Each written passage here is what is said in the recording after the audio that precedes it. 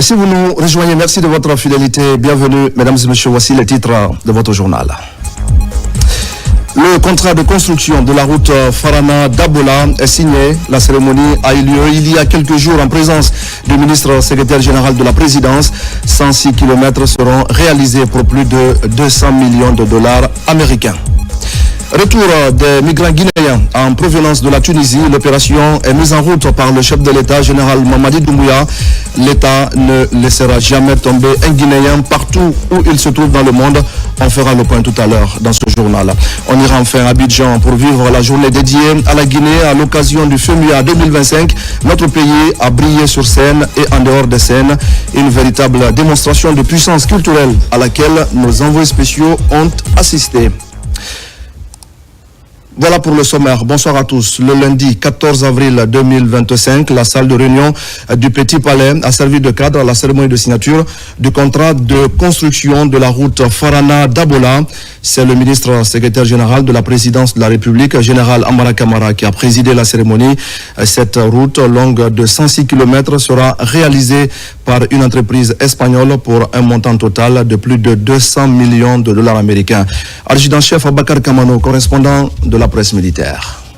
Et de sa vision pour une Guinée rayonnante, la volonté manifeste du chef de l'État, le général Mamadi Doumbouya, de doter la République de Guinée de réseaux routiers conformes aux normes standards, se matérialise de plus en plus au profit du peuple souverain de Guinée. Cette dynamique imprimée par le chef de l'État se renforce, consolidant davantage les relations diplomatiques de la République de Guinée à l'échelle mondiale.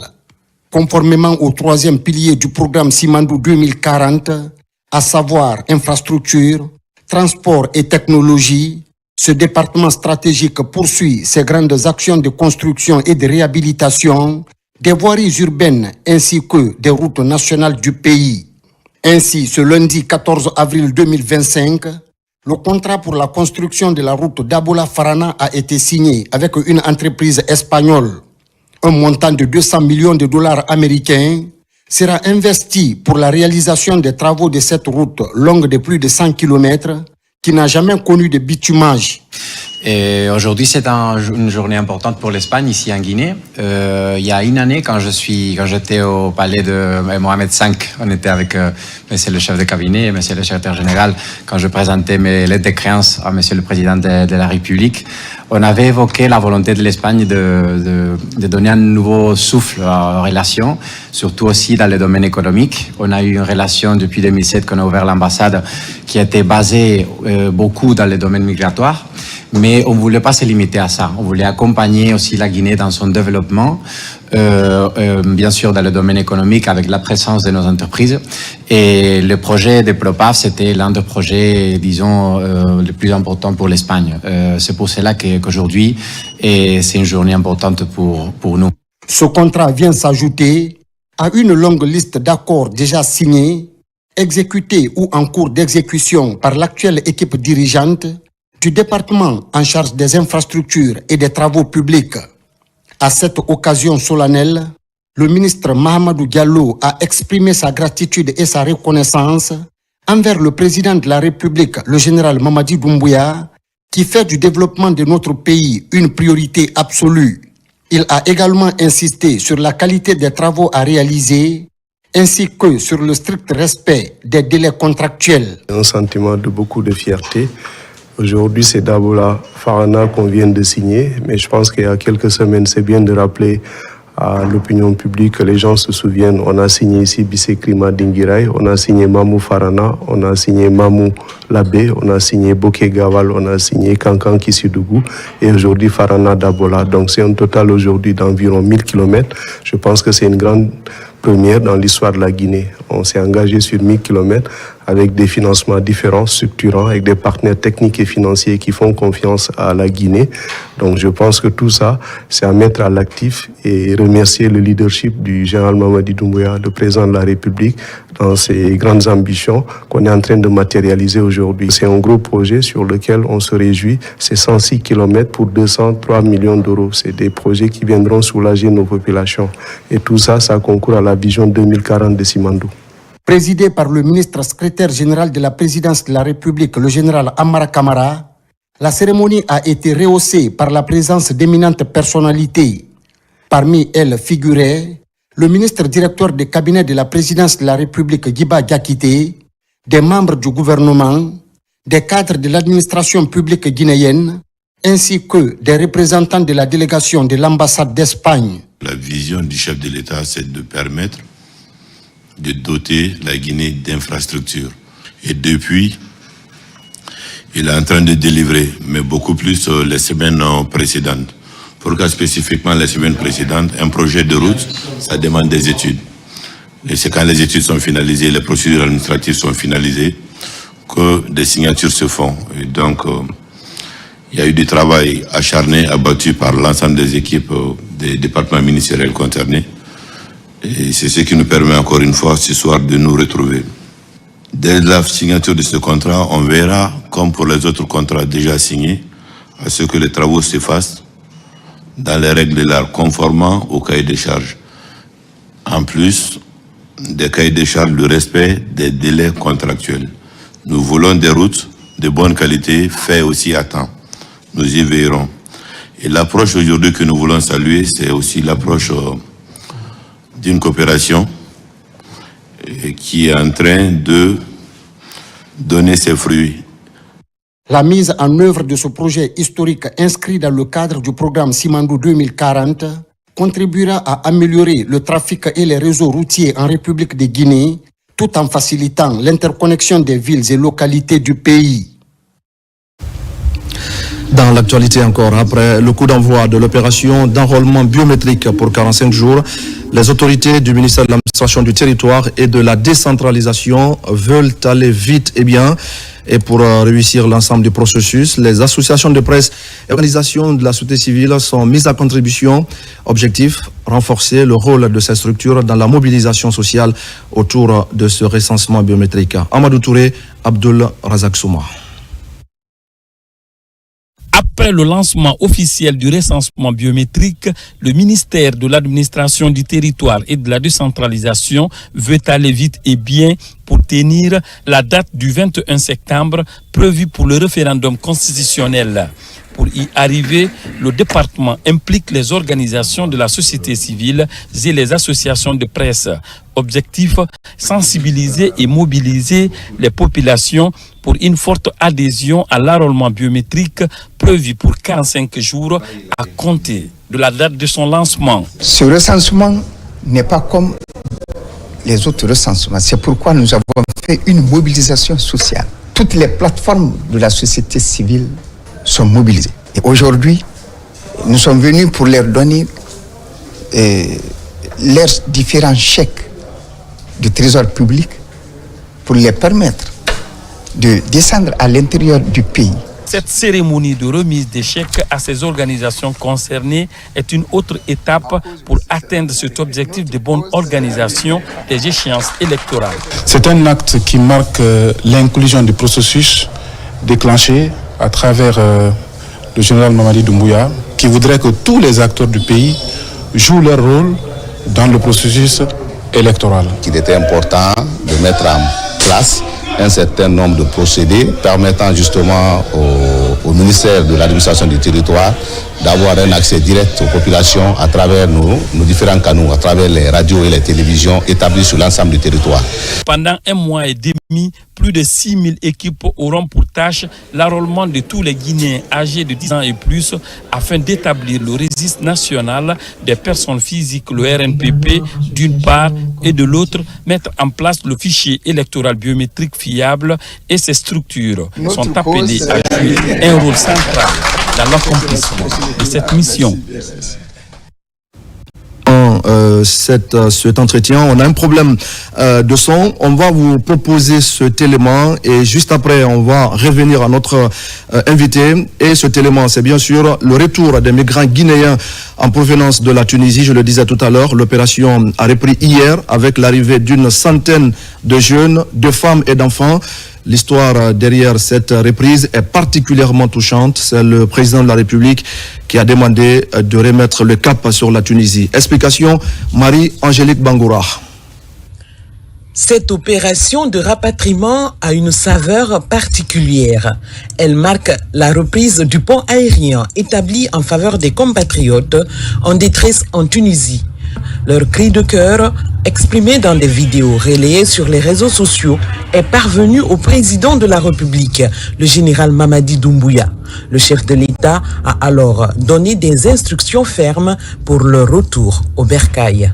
Ce qui s'est passé, j'étais en mission et mon témoin est à côté de moi ici, le conseiller en communication, M. Alia Kamara. Il est à côté de moi.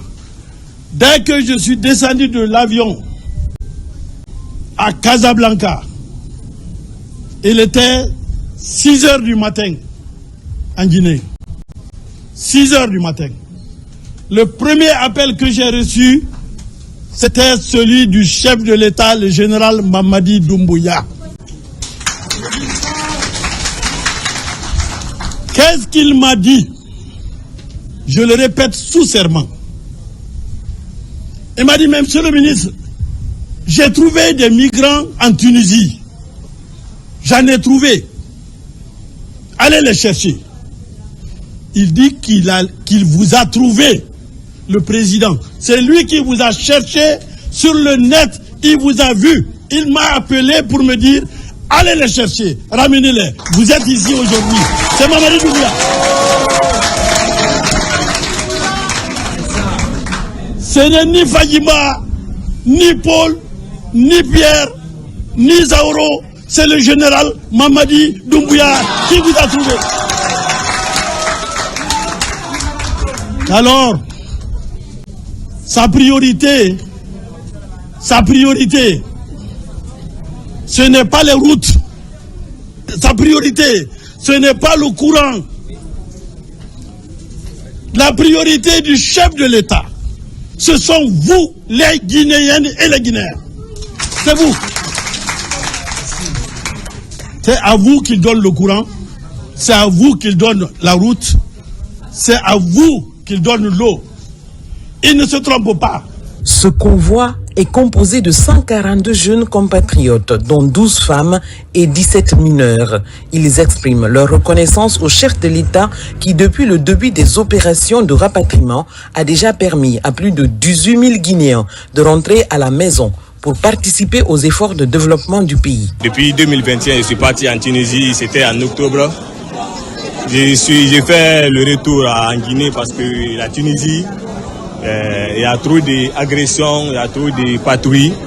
Les bailleurs, si tu loges la maison, c'est eux-mêmes qui vont appeler les clochards pour vous agresser. Moi, ils ont venu un jour, j'étais seul dans la maison avec les machettes, ils ont fait ce qu'ils voulaient, j'ai envoyé la photo à ma famille, les cicatrices sont là. Ma femme était enceinte de 5 mois, la police tunisienne lui a pris, on l'a envoyé en Libye. Donc la famille a tout fait, donc c'est grâce à la famille elle s'est retournée en Tunisie. Après l'accouchement, 5 mois après, ils ont venu casser la porte, notre porte. Le bébé était avec moi comme ça, ils ont retiré le bébé, on m'a menotté, on nous a envoyé au milieu du désert, donc on a fait 3 jours sans manger ni boire, les Tunisiens, et puis ils ont violé les hommes là-bas, les mineurs qui étaient avec nous. Ça s'est passé devant nous. Wongono courage fidam Mamadi Doumbouya ma kolo mana wal fe hera mina aventure ini mina aventure Mamadi Doumbouya ga wal kolo mane yat bile ma kolo ana wal fe le Guinée be yat donc wonga bela sa wongo Mamadi Doumbouya sarefi aga walira ana ganna ba fe Guinée be to dimme be forebe population birimba na ganna ba fe be ndena beto e amire moyen mune yida e be mo stoma kianere ka vola ga musiga mu fora mu muno be l'idée. Cette opération de rapatriement va se poursuivre. Beaucoup de Guinéens sont encore coincés en Tunis. L'OIM, partenaire technique de l'État, les a identifiés. Et dans les prochains jours, un autre convoi est attendu à Conakry en provenance de Tunis. Ils vont participer au grand chantier de la République. Vous allez vous insérer dans le tissu économique. Vous avez trouvé ici, vous le savez, Simandou 2040. Voilà. Ce n'est pas Simandou 2020. C'est pas 2040. Non. C'est 2040. Le président a défini 2040 pour que ces 15 premières années, il puisse planter les vrais piliers du développement de ce pays. Et il le fera. Nous prions Dieu, le Tout-Puissant, qu'il lui donne la force, la santé et surtout l'amour des Guinéens qu'il a déjà conquis pour qu'il finisse cette œuvre. Ces enfants qui sont là, ces enfants, c'est là. Regardez ces enfants-là. Quel trésor! Qu'est-ce qui vaut mieux que cet enfant? Alors il est chez lui, sur la terre libre de la Guinée. Depuis la mise en place du pont aérien par le président de la République, plus de 18 000 jeunes ont été ramenés au bercail. Le général Mamadi Doumbouya compte sur la fougue et le dynamisme de la jeunesse pour favoriser l'émergence de la République de Guinée. Merci à Marie-Angélique Bangoura. Je vous le disais tout à l'heure, mesdames et messieurs, nous allons revenir à notre invité de ce journal. C'est monsieur Mohamed Sike Kamara. Encore une fois, bonsoir à vous. Bonsoir, M. Kamara. Et bienvenue sur les antennes de la télévision nationale. Vous êtes donc le secrétaire général du ministère de l'administration du territoire et de la décentralisation. On va donc parler avec vous de ce recensement biométrique qui a été lancé il y a quelques jours sur l'ensemble du territoire national. En tout cas, c'est une opération qui concerne l'ensemble du territoire et même les consulats et les ambassades. Tout d'abord, en quoi consiste ce recensement biométrique et quelle est son importance? Merci beaucoup pour l'invitation, M. Kamara. Effectivement, le CNRD, dans sa politique de refondation de l'État et de rectification institutionnelle, dès sa prise de fonction, s'est fixé comme objectif prioritaire la réforme et la modernisation du système de l'État civil et de l'identification des personnes physiques à travers la mise en place du programme national de recensement administratif à vocation d'état civil, le PN-RAVEC, qui est un mécanisme permettant de recenser les informations personnelles de tous les Guinéens et sur l'ensemble du territoire national, sur la base de documents d'état civil. Le PN-RAVEC vise surtout à créer deux registres, le registre national de l'état civil et le registre national des personnes physiques qui sont interopérables avec les autres registres, notamment celui de la sécurité sociale, de l'éducation, de la santé, mais également des passeports ou des cartes d'identité. En quoi consiste, comme vous l'avez dit, le recensement biométrique? Le recensement biométrique consiste effectivement à enregistrer les informations personnelles biométriques, c'est-à-dire l'empreinte digitale, l'iris, la reconnaissance faciale de tout d'un citoyen, n'est-ce pas, pour des fins d'identification et d'authentification de son identité. Il permet, in fine, entre autres, de lutter efficacement contre la fraude et l'usurpation d'identité.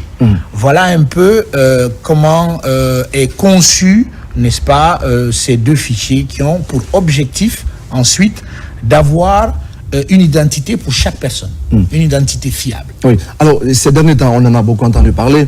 Pour le citoyen qui nous regarde ce soir, sur le terrain, concrètement, comment se passe cette opération de recensement?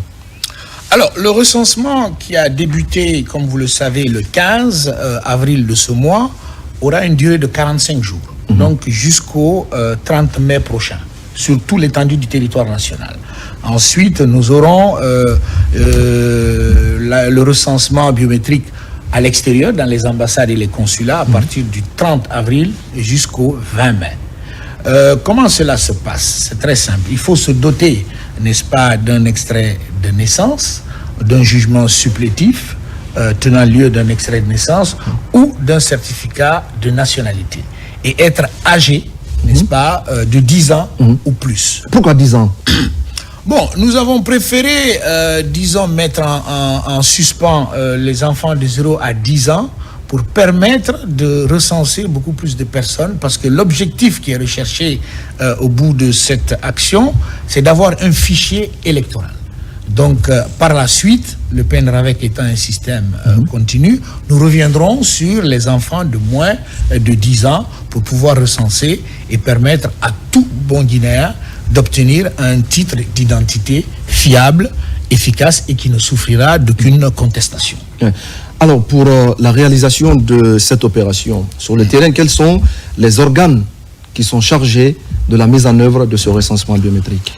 Bon, effectivement, c'est le ministère de l'administration du territoire et de la décentralisation qui a la charge, qui est l'acteur principal de mise en œuvre, mais à travers deux structures principales, le PNRAVEC, dont je viens de citer tout à l'heure, le Programme national de recensement administratif à vocation d'état civil, et la Direction nationale de l'administration des affaires politiques et de l'administration électorale, qui sont les deux structures en charge de la mise en œuvre de ce recensement biométrique, comme je l'ai dit, qui prendra 45 jours sur l'ensemble du territoire national. Ouais. Quelles sont les remontées dont vous disposez à date depuis le lancement de l'opération?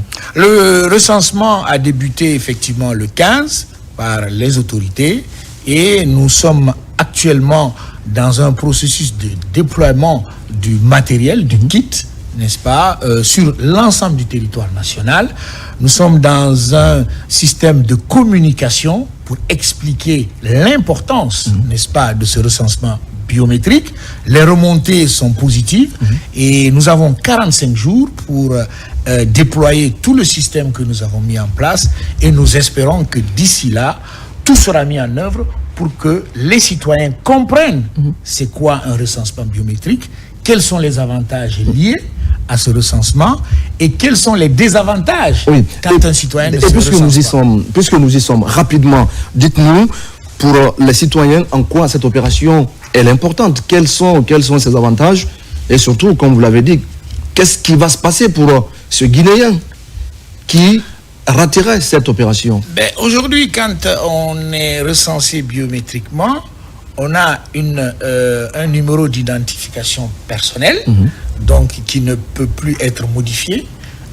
On n'est plus face à la multiplication des documents frauduleux. On peut accéder, n'est-ce pas, aux infrastructures socio-économiques de base ou bénéficier des services sociaux de base.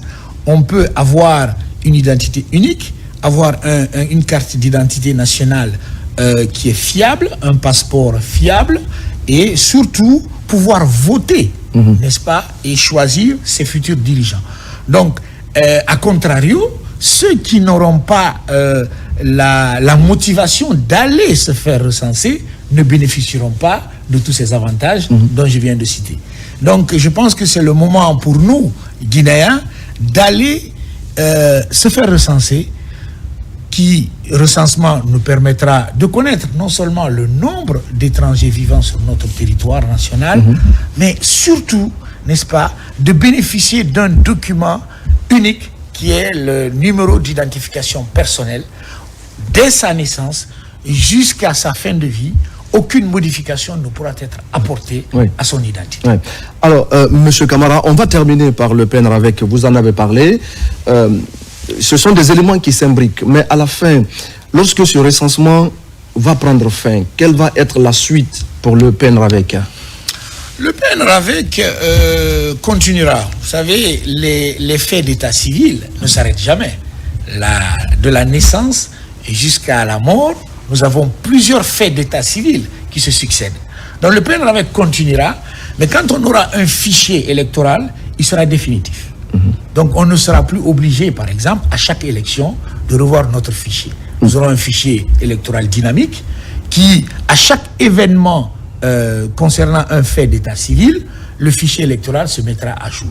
Ça permettra d'avoir une maîtrise de notre démographie, d'avoir, n'est-ce pas, des données sur notre développement économique et de ne pas tout le temps être dans une dynamique de contestation des élections, parce que nous aurons un fichier unique, pérenne, et qui se mettra à jour à chaque fait d'état civil. Donc je pense que c'est une évolution institutionnelle, mais numérique et digitale, qu'il faut préciser et qui est à mettre à l'actif du président de la République, chef de l'État. Nous allons vous dire merci, Monsieur Mohamed Siké Camara, le secrétaire général du ministère de l'Administration du Territoire et de la Décentralisation, qui était donc l'invité ce soir de ce journal. Grand merci à vous, Monsieur Camara. Je vous remercie, Monsieur Camara. Dans le reste de l'actualité, une forte délégation gouvernementale séjourne depuis quelques jours maintenant à Varsovie, c'est en Pologne. La mission conduite par le ministre du Plan et de la Coopération internationale est allée poser les jalons d'un repositionnement stratégique avec ce pays, troisième économie au sein de l'Union européenne. Mohamed Souma et Daouda Tabansila reviennent sur les premières rencontres que la mission guinéenne a eues sur place. C'est pour tendre la main à tous les pays et partenaires européens devant appuyer le développement socio-économique de la Guinée. C'est du moins l'objectif de cette mission à Varsovie, la capitale polonaise. Elle est conduite par le ministre du Plan et de la Coopération internationale. Au cours de cette première journée, la délégation multiplie d'ores et déjà les rencontres. Il y a beaucoup de potentiel pour développer les relations entre la Pologne et la Guinée. Mais merci vraiment pour avoir venu aujourd'hui pour cette excellente rencontre. Éducation, agriculture, économie, finance. La Pologne a vraiment beaucoup de compétences dans ce domaine-là. Je pense qu'il y a beaucoup de potentiel pour développer ces relations. En Pologne, cette mission marque un tournant décisif dans la politique d'ouverture de la Guinée. Elle s'inscrit également dans la dynamique du programme Simandou 2040 qui fait de la diversification des partenariats et du développement du capital humain des piliers majeurs de transformation.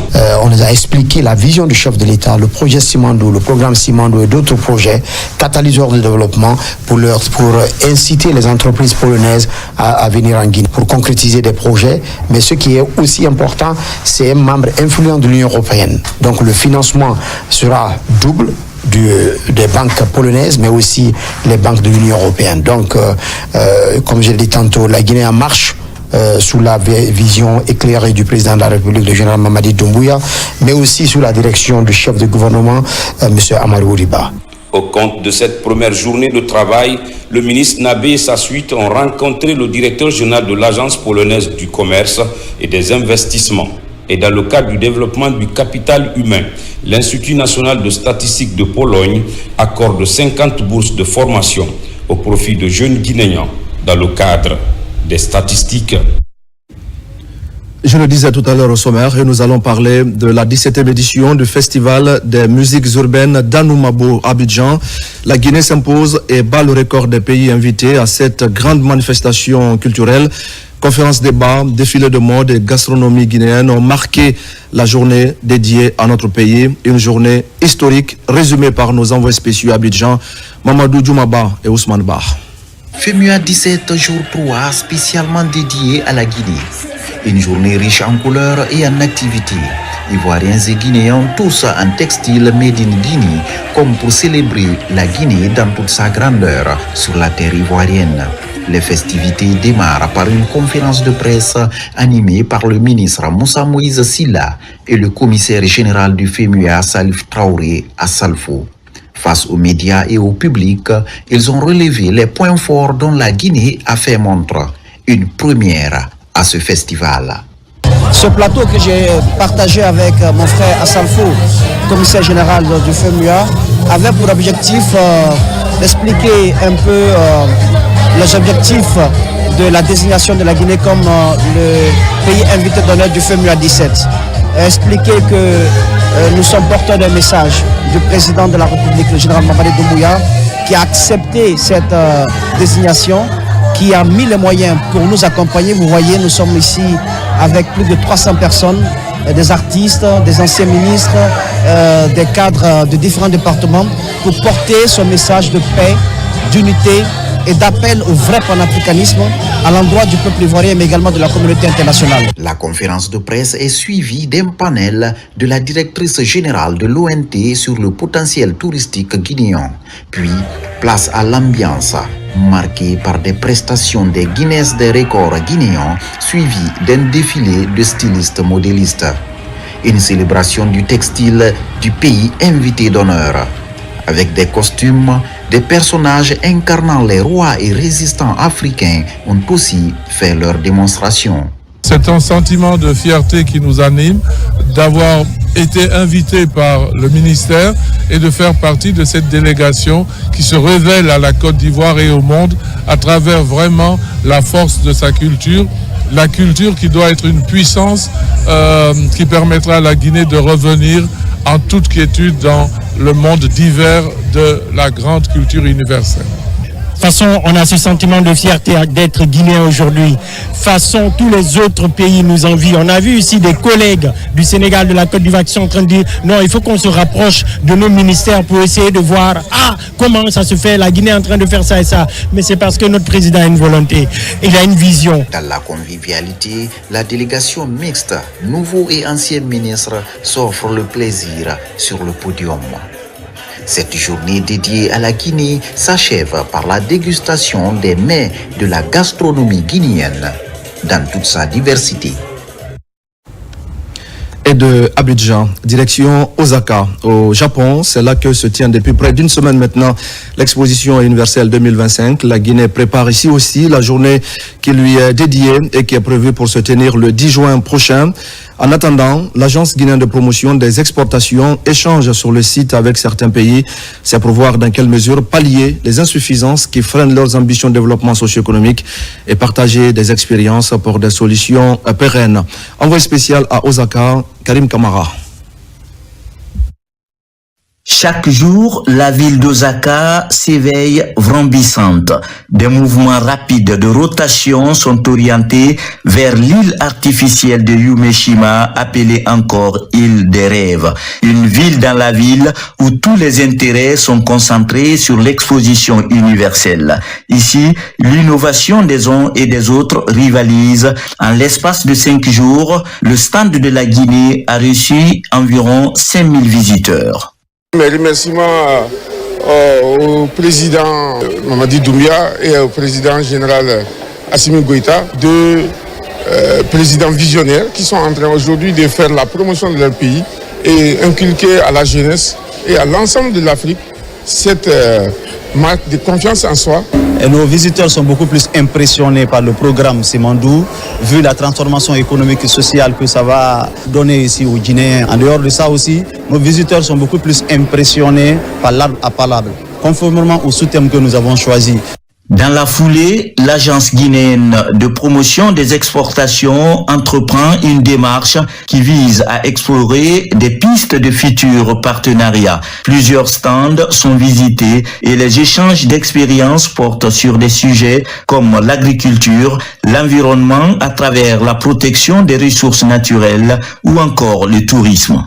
Il fallait quand même qu'on essaye de voir quels sont nos points de convergence et quels sont nos points de divergence. Déjà, la chance est que la plupart de ces pays visités aujourd'hui, on a les mêmes thèmes en fait. Nous sommes allés sur sauver des vies. Donc, il fallait qu'on sache par exemple le Mali, sur quoi il se base pour sauver les vies. D'ores et déjà, la Guinée prépare sa journée nationale dans cette exposition. Par une visite guidée, la délégation guinéenne arrive dans la salle devant abriter les activités de cette journée ainsi que les autres salles connexes, notamment celle technique pour la vidéo, le son et la lumière. C'est une belle salle qui peut accueillir jusqu'à 500 personnes.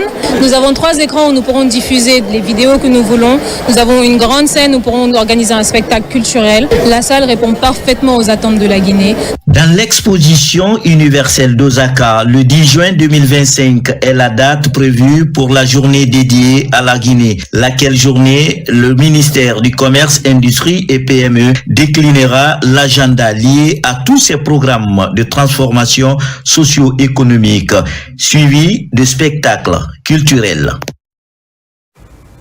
Retour en Guinée pour parler d'un anniversaire historique, celui du quotidien national Orea.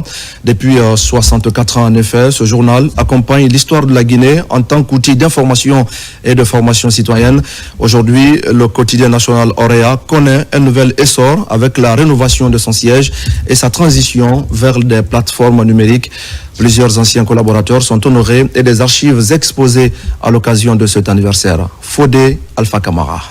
En 1958, sous le nom de Liberté, à la veille de l'indépendance guinéenne, le journal devenu Orea en 1961 a accompagné depuis 64 ans l'histoire du pays en tant qu'outil d'information et de formation citoyenne. À l'occasion de cet anniversaire marquant, une cérémonie commémorative a réuni cadres du ministère de l'Information, professionnels des médias et invités pour célébrer ce parcours. À 64 ans de journal lauréat, ça mérite d'être fêté. C'est pourquoi le département s'est mobilisé pour donner à l'événement un éclat tout particulier. Je crois que vous avez suivi les différents discours et vous avez vu la joie de nos aînés, certains aussi qui nous ont quittés. Donc il était de notre devoir de venir participer à cette cérémonie et de témoigner notre reconnaissance à tous les grands rédacteurs qui se sont succédés, à tous les grands directeurs qui se sont succédés, parce que Orea était vraiment un modèle. Pour nous, cette fête, c'est une façon de dire aux uns et aux autres, continuez de nous faire confiance. On est un service de l'État guinéen et nous sommes là pour le peuple de Guinée. 64 ans, c'est beaucoup et je pense que la flamme continuera encore de brûler. Et aujourd'hui, avec cette nouvelle équipe, on est en train de dynamiser encore Orea. Aujourd'hui, vous avez Orea papier, vous avez les digitaux de Orea, vous avez Orea Internet. Aujourd'hui, nous faisons pratiquement tout ce qu'une télé peut faire. Lors de l'événement, les anciens collaborateurs ont été honorés pour le service rendu. Orea a été un grand journal dans l'Afrique. Et moi, je vous dis, j'étais invité partout, en France, en Belgique, en Corée, en Russie. Tous les grands journaux invitaient le journal Orea. Des archives historiques ont été exposées, retraçant l'évolution du journal depuis les années 1960. Une lecture du Saint-Coran a également été organisée pour rendre hommage aux pionniers et prier pour la paix. Et toutes nos excuses pour la qualité de ces images. Pendant ce temps, dans la capitale forestière Azirekore, les hommes de médias sont à l'école de la gestion des rumeurs. Cette formation vise à déconstruire les rumeurs et à favoriser la diffusion d'informations saines, surtout en cette période de transition en Guinée. Lancé Kamisoko. Journalisme sensible au conflit et la gestion des rumeurs, deux thèmes extrêmement importants dans la pacification de la cité, sur lesquels les hommes de médias de la Guinée forestière renforcent leurs capacités. Bâtis sur des activités de formation, d'information et de communication adaptées au contexte, ce projet pose les bases d'une synergie d'action entre les acteurs.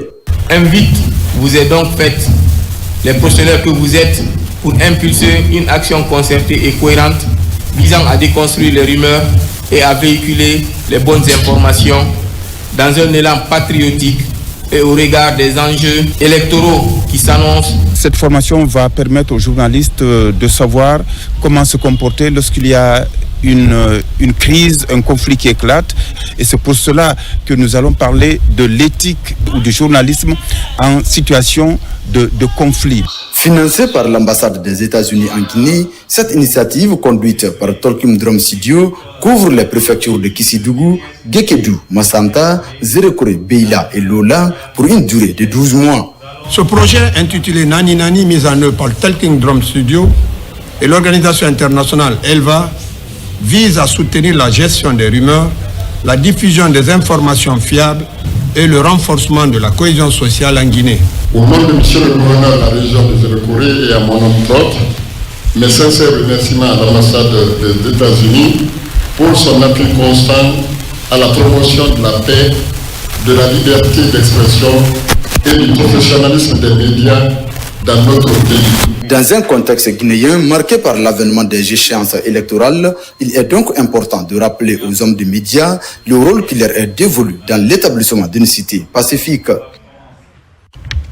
À présent, le contenu de ce communiqué du ministère du Travail et de la Fonction publique. Conformément aux dispositions du décret D 2022-0526 PRG CNRD SGG du 2 novembre 2022 modifiant le décret D 250 PRG SGG du 1er août 1995 concernant les fêtes légales en République de Guinée, le ministre du Travail et de la Fonction publique porte à la connaissance des travailleuses, travailleurs et agents des secteurs publics, mixtes et privés que la journée du lundi 21 avril 2025, lundi de Pâques, est déclarée férié, chômé et payé sur toute l'étendue du territoire national. Le ministre du Travail et de la Fonction publique profite de cette heureuse occasion pour souhaiter une bonne fête à tous les fidèles chrétiens de la Guinée et d'ailleurs. Le ministre Faya François Bourouno. L'ONG Femmes, Développement et Droits Humains en Guinée continue de jouer un rôle crucial dans la lutte contre les violences basées sur le genre. La structure vient d'organiser des modules de formation en faveur des acteurs clés de l'AB. Pendant 3 jours, les agents de prise en charge des cas de violence ont échangé sur les enjeux du dialogue communautaire ainsi que sur les mécanismes de protection et de soutien aux victimes. Saint-Martin, Francine Adouno. Face à la lutte contre les violences basées sur le genre en Guinée, Moussa Djeroba, journaliste et défenseur des droits des femmes, a fondé l'ONG Femmes, Développement et Droits Humains en Guinée. Avec le soutien financier de Feminist Opportunities Now, un membre de l'IPPF, Fédération internationale pour la planification familiale en Afrique, Moussa Djeroba nourrit ses partenariats qui est crucial car il permet à sa structure de renforcer les capacités des acteurs clés de l'AB et d'étendre son impact à travers des programmes ciblés et des interventions communautaires. Nous avons réussi à mettre en place ce dialogue entre des personnes qui ne sont pas de la même génération, mais qui ont fait des recommandations qui pourront nous permettre vraiment d'organiser d'autres activités ou de réfléchir à d'autres financements qui pourront par exemple faciliter l'organisation même des procès ici, parce que vous avez écouté le tribunal, les gens qui sont venus du tribunal, ils veulent organiser des audiences mais il n'y a pas d'avocat. 3 jours d'activités intenses ont mobilisé les acteurs de la chaîne de prise en charge des cas de violence basés sur le genre à l'AB. C'était une sorte de sensibilisation, connaître quel est l'état des lieux des violences basées sur le genre dans la région de la baie, mais essayer aussi de trouver des pistes de solutions, des recommandations afin vraiment de freiner ce phénomène. Les violences conjugales, la mutilation génitale féminine, de la recrudescence des cas de viol à la baie. Placé sous le thème renforcement des capacités des acteurs de la chaîne et organisation d'un dialogue communautaire pour la lutte contre les VBG en milieu communautaire, ce projet vise à mobiliser et à former divers acteurs locaux et à créer des espaces de dialogue où les membres de la communauté peuvent échanger sur les VBG, partager des expériences et discuter des mesures de prévention afin d'améliorer la réponse aux violences basées sur le genre. On en vient maintenant à la journée mondiale de lutte contre l'hémophilie, une journée instituée depuis 1963 et qui est célébrée en Guinée pour l'occasion des séances de formation. Des panels et des conférences débats sont organisés. L'association guinéenne de lutte contre l'hémophilie et son partenaire Novo Nordisk Hemophilia Foundation ont profité de la journée pour parler des avancées et des défis de la lutte. Adia Toubari, Moussa Bangoura. L'hémophilie et la drépanocytose sont toutes des maladies héréditaires très répandues. Leurs facteurs de risque et symptômes sont souvent confondus à d'autres pathologies. Pour l'hémophilie, par exemple, le saignement reste le principal signe d'alerte. Tous les orifices naturels peuvent être l'objet de saignement. C'est sa seule manifestation clinique. Et il y a des éléments qui interviennent dans notre corps qui nous empêchent de saigner sans cause. On les appelle les saignements spontanés. Et aussi, quand on saigne parce qu'on a été confronté à une situation traumatique, ces mêmes éléments-là se mettent en place pour arrêter ce saignement. Sauf que chez les patients qui sont hémophiles, il y a l'un ou deux de ces éléments-là qui sont manquants. Ce qui fait que le traitement qu'on fait pour ces patients, c'est d'apporter ce qui leur manque. Depuis 2008, l'hémophilie est classée comme un réel problème de santé publique. En Guinée, 122 patients hémophiles sont suivis au service d'hématologie de l'hôpital Niastine. Le diagnostic précoce et l'accès équitable aux soins constituent encore des défis à relever. Pas pour la Guinée seulement, pour beaucoup de pays, les cas sont encore sous-notifiés. Et nous n'avons pas beaucoup d'outils diagnostiques à disposition. C'est pourquoi cette équipe du ministère de la Santé en a fait une priorité et participe activement pour rehausser le niveau de prise en charge de cette maladie-là. L'OMS et la Fédération mondiale de l'hémophilie, à travers un mémorandum, ont donné des directives et recommandations sur les moyens de prévenir et de combattre l'hémophilie.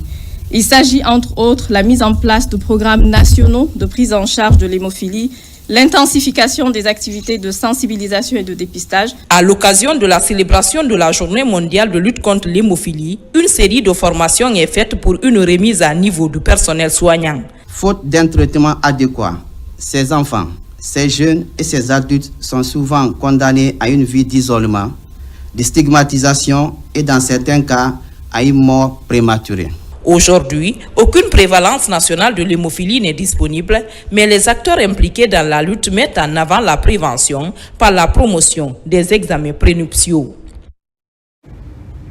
Et puis, un médecin nord-coréen vient de tomber dans les filets du Comité technique national de lutte contre les pratiques médicales et paramédicales illégales. Selon nos informations, le médecin exerçait frauduleusement depuis 2023. Ces locaux, situés dans la commune de Matam, ont été donc fermés et l'auteur conduit à la gendarmerie. Tcherno Maroufba, Mohamed Mpati Kamara.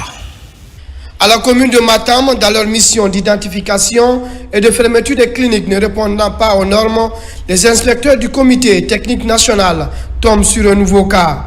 Dans cet immeuble, un médecin nord-coréen pratique des activités médicales sans aucune certification et de surcroît dans un local non approprié. Après le tour dans les différentes salles, la décision ne tarde pas. Les locaux sont scellés par la gendarmerie nationale. Il s'agit donc d'une question assez spécifique qui mérite une attention particulière et qui devrait servir d'ailleurs d'occasion pour attirer l'attention de nos chers citoyens afin qu'ils prêtent attention à leur propre niveau aux personnes qu'ils consultent pour les problèmes de santé. Lorsque vous avez en face des sujets étrangers, il est extrêmement important de vous rassurer que ces personnes sont en train d'évoluer dans des conditions légales. Au-delà des installations de cette clinique, les inspecteurs découvrent une autre réalité. Dans l'une des salles servant de chambre à coucher, une armoire remplie de médicaments. Des faux médicaments qui ne sont plus aptes à la consommation. C'est beaucoup de détails que nous avons retrouvés dans cette structure, en partant de produits suspects d'être des faux médicaments, jusqu'à la présence de produits dont la date de péremption est expirée. Rien ne nous rassure que ces produits n'étaient pas destinés à être administrés à des citoyens guinéens. Donc pour notre part, en tant que ministère de la Santé, la mesure qui s'impose, c'est la fermeture. Pour des fins d'enquête sur la présence de ce médecin nord-coréen exerçant frauduleusement la profession médicale sur le sol guinéen, il est mis à la disposition de la direction des investigations judiciaires de la gendarmerie nationale. Au même moment, la problématique liée à l'insalubrité préoccupe plus que jamais les autorités communales de Matoto. Hier, les conseillers de la mairie et les responsables des 13 quartiers de la commune se sont retrouvés pour évaluer la situation. La rencontre aboutit à une série de décisions qui visent à débarrasser les quartiers de leurs ordures avant les grandes pluies. Mohamedou Saliouba commente les images de Ousmane Kamara. L'amélioration de la gestion des finances publiques est une priorité de l'État guinéen. Ce, afin de promouvoir des pratiques budgétaires et sociales bénéfiques au financement des infrastructures économiques et sociales qui sont déficitaires actuellement dans le pays. Les différentes séries de formations sont programmées pour renforcer les capacités des étudiants qui sont dans les universités, les organisations de la société civile ainsi que les médias, afin que ces derniers puissent jouer leur rôle. Lors de cette conférence de débat, les participants ont été sensibilisés sur le civisme fiscal et la transparence budgétaire. Le débat a été très riche parce que tout simplement il nous a permis de comprendre que la gestion budgétaire est un levier pour permettre et encourager le civisme fiscal. Le civisme fiscal et la transparence budgétaire impliquent à la fois un accroissement de la mobilisation des ressources intérieures, mais aussi un renforcement de la préparation budgétaire et du contrôle de la chaîne de dépenses publiques. Le bon citoyen concourt à ce qu'on appelle le vivre ensemble. Et vivre ensemble, cela veut dire que les paramètres de la vie, notamment l'éducation, la santé, les infrastructures, et pour que ces infrastructures soient réalisées, il faudrait que chaque citoyen, en ce qui le concerne, puisse faire sa part de cotisation. Le projet de renforcement de l'engagement citoyen pour le civisme fiscal et l'amélioration de la transparence budgétaire est porté par l'ONG AFVDD avec le financement de l'Agence française de développement et l'Union européenne. Un projet qui couvre l'ensemble des régions administratives de la Guinée et pour une durée prévisionnelle de 15 mois. Vous l'aurez donc compris, mesdames et messieurs, c'était le compte-rendu de Nabila Moussa Kamara et Sarafdine Diallo sur ce projet de renforcement de l'engagement citoyen en faveur du civisme fiscal et de l'amélioration de la transparence budgétaire. Ça se passe donc à l'Abbé. On retourne à l'élément de Mamadou Saliouba sur la lutte contre l'insalubrité dans la commune de Matoto. Le long des ruelles, ces ordures ça et là, ou encore ces poubelles débordées, attire toutes les attentions à l'orée des grandes pluies. À la commune de Matoto, la question s'impose comme une urgence absolue pour les conseillers de la délégation spéciale et les responsables des 13 quartiers de la commune. Nous avons vu que la présidence de ces PAV ne répondait pas réellement à la politique d'assainissement qui était mise en place. Il s'agit de tenir la ville propre, de tenir nos rues propres, parce que ce sont ces routes qui sont le plus souvent vues en premier lieu pour toute personne qui se rend chez nous. Nous sommes prêts à accompagner les autorités de Matoto, à accompagner les autorités de la République. S'il y a un flux d'abonnés, nous allons accompagner proportionnellement au nombre d'adhésions d'abonnements, la quantité de matériel qu'il faut. Durant cette rencontre d'intenses débats, la problématique d'insalubrité est abordée dans toutes ses facettes. Les débats ont révélé des défaillances dans la chaîne d'assainissement et des comportements inciviques non compatibles à la bonne gestion des déchets. Pour éliminer des dépotoirs sauvages, il nous fallait de façon responsable identifier des lieux publics où on pouvait faire des équipements. Il a été question que le transfert des compétences se fait de façon concomitante avec le transfert des moyens. Ce cri de cœur aujourd'hui a été entendu par la plus haute autorité de la République, qui est son Excellence le général Mamadi Doumbouya. C'est désormais la course contre la montre pour débarrasser les quartiers des ordures avant la grande pluie. L'ONG Action pour la défense des acquis de la République vient également d'organiser une séance de sensibilisation des femmes. La promotion de l'autonomisation de cette couche est l'objectif recherché. La cérémonie a eu lieu à la tannerie, toujours dans la commune de Matoto. C'est un compte rendu de Mikini Moussa Kamara et Tcherno Maroufba. Entre hommes et femmes, le gouvernement guinéen a engagé des réformes vigoureuses. Il a pris des mesures structurelles et institutionnelles pour transformer les normes sociales. Depuis 3 ans en Guinée, l'autonomisation économique, sociale et politique des femmes est devenue non seulement une réalité, mais un déterminant fondamental de la consolidation du bien-être de la jeune féminine et de la cohésion sociale. Je appelle toutes les femmes à être autonomes. Si vous voyez aujourd'hui, j'ai décidé de faire la formation sur l'entrepreneuriat féminin. Ça veut dire les femmes aussi peuvent entreprendre.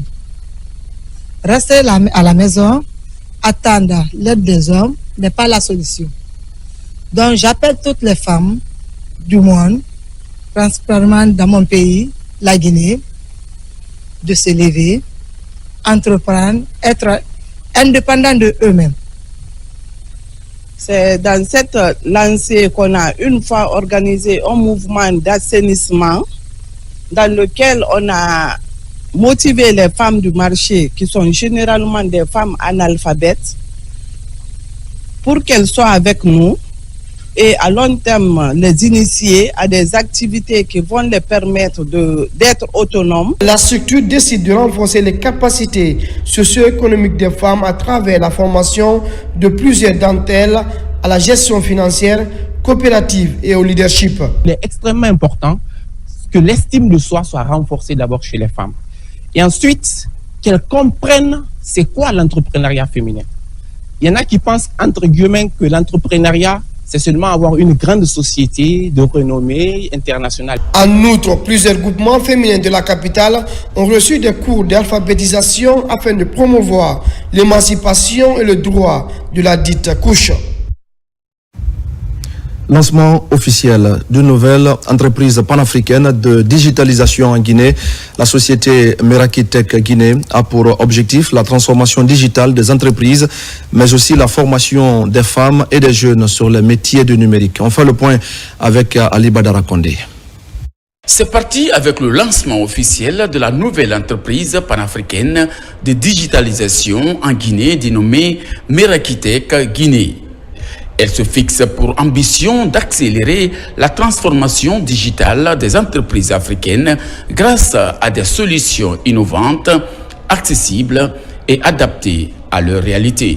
Notre première filiale a été ouverte en Côte d'Ivoire depuis 2019 et nous avons décidé pour notre vision 2024-2025 d'ouvrir en Guinée parce que c'est un marché qui nous intéresse depuis longtemps. On a une grande initiative de formation des femmes au numérique, donc formation sur les métiers du numérique, mais aussi formation à des outils qui vont leur permettre d'être plus autonomes dans leurs activités. Ce que nous faisons aujourd'hui, c'est vraiment de co-créer les solutions et les technologies adaptées au marché africain.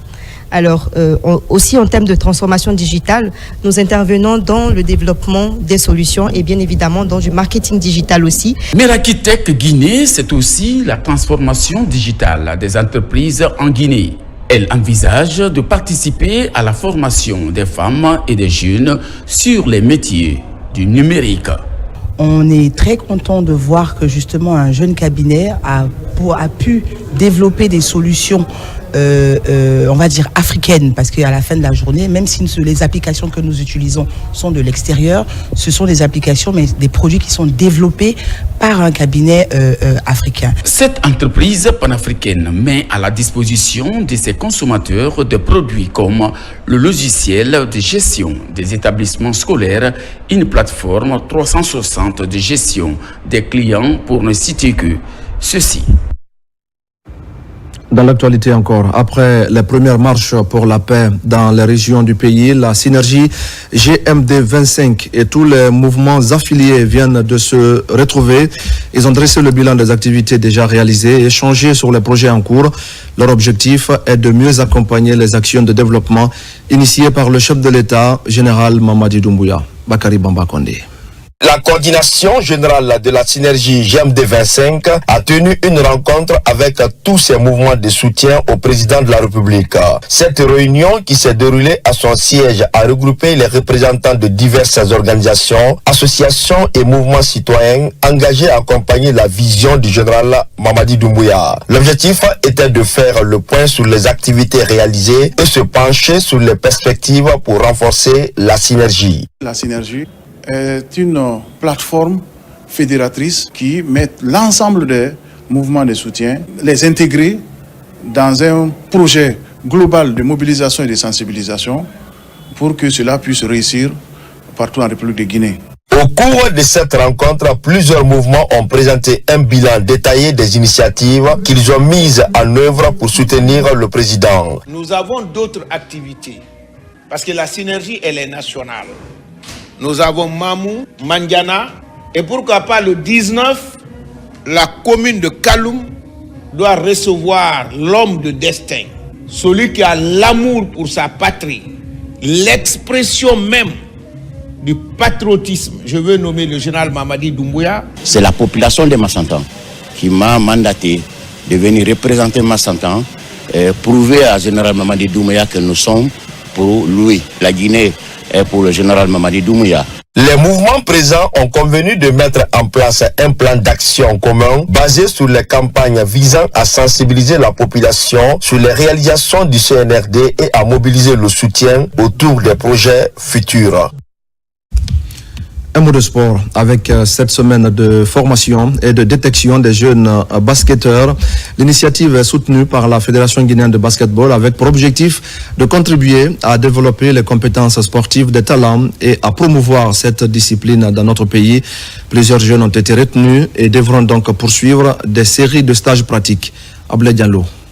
Cette séance d'entraînement est le couronnement d'une semaine de formation de ces jeunes pépites du basketball guinéen. L'idée est d'améliorer le niveau des jeux de ces jeunes basketteurs, mais aussi leur inculquer des valeurs telles que le travail d'équipe, la discipline et la persévérance. Notre objectif, c'était de travailler la défense et l'attaque. Donc nous avons travaillé l'attaque, c'était comment espacer le terrain. C'est pour cela que vous voyez sur le terrain, il y a des calls là, en bleu là. Comment espacer, les apprendre, comment être patiente, comment se bouger sans ballon, comment passer, jouer en équipe. En défense, nous avons travaillé comment rétrécir le terrain, comment aider, on appelle ça 70-100. Cette démonstration de ces jeunes joueurs est l'illustration parfaite de l'impact positif des programmes développés au cours de ce partage d'expériences entre les professionnels et les locaux. J'ai appris assez de trucs, par exemple comme l'occupation du terrain et ne pas se préciser quand tu as le ballon. J'ai appris plein de trucs, le mindset, tu te places très bien, la tête posée. L'initiative organisée par le président du club, vraiment c'est salutaire. Donc la Fédération guinéenne de basketball est très ravie, très content du club. En collaboration avec la Fédération guinéenne de basketball, cette initiative de Jorfov Club Basketball contribue à développer des compétences sportives de ces jeunes talents. On a d'autres projets futurs avec d'autres partenaires.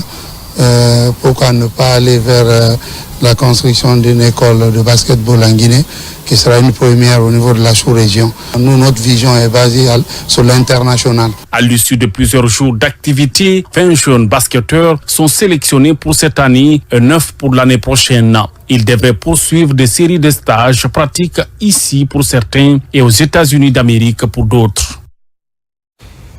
Et voilà, mesdames et messieurs, c'est la fin de ce journal. Merci à tous de l'avoir suivi. Je vous retrouve demain pour d'autres actualités de la Guinée, notre paradis terre de richesse et d'innovation. Je vous souhaite à tous de passer une belle soirée en compagnie de nos programmes.